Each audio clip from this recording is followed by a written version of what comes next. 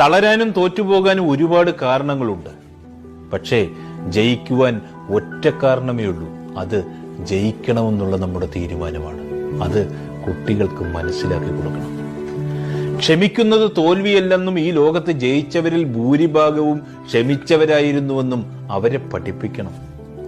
നമ്മുടെ മുമ്പിൽ വരുന്ന ഓരോ വ്യക്തിയും ഓരോ പാഠങ്ങളാണ്. ഒരാൾ എങ്ങനെയാകണമെന്നും ആകാതിരിക്കണമെന്നുള്ള തിരിച്ചറിവാണ് അവരിൽ നിന്ന് പഠിക്കേണ്ടതെന്ന് കുട്ടികളെ ബോധ്യപ്പെടുത്തണം. ദേഷ്യത്തിലായിരിക്കുമ്പോൾ പ്രതികരിക്കുവാൻ പാടില്ല. സന്തോഷത്തിലായിരിക്കുമ്പോൾ വാഗ്ദാനം നൽകുവാൻ പാടില്ല. ദുഃഖിച്ചിരിക്കുന്ന സമയത്ത് തീരുമാനങ്ങൾ എടുക്കുവാൻ പാടില്ല.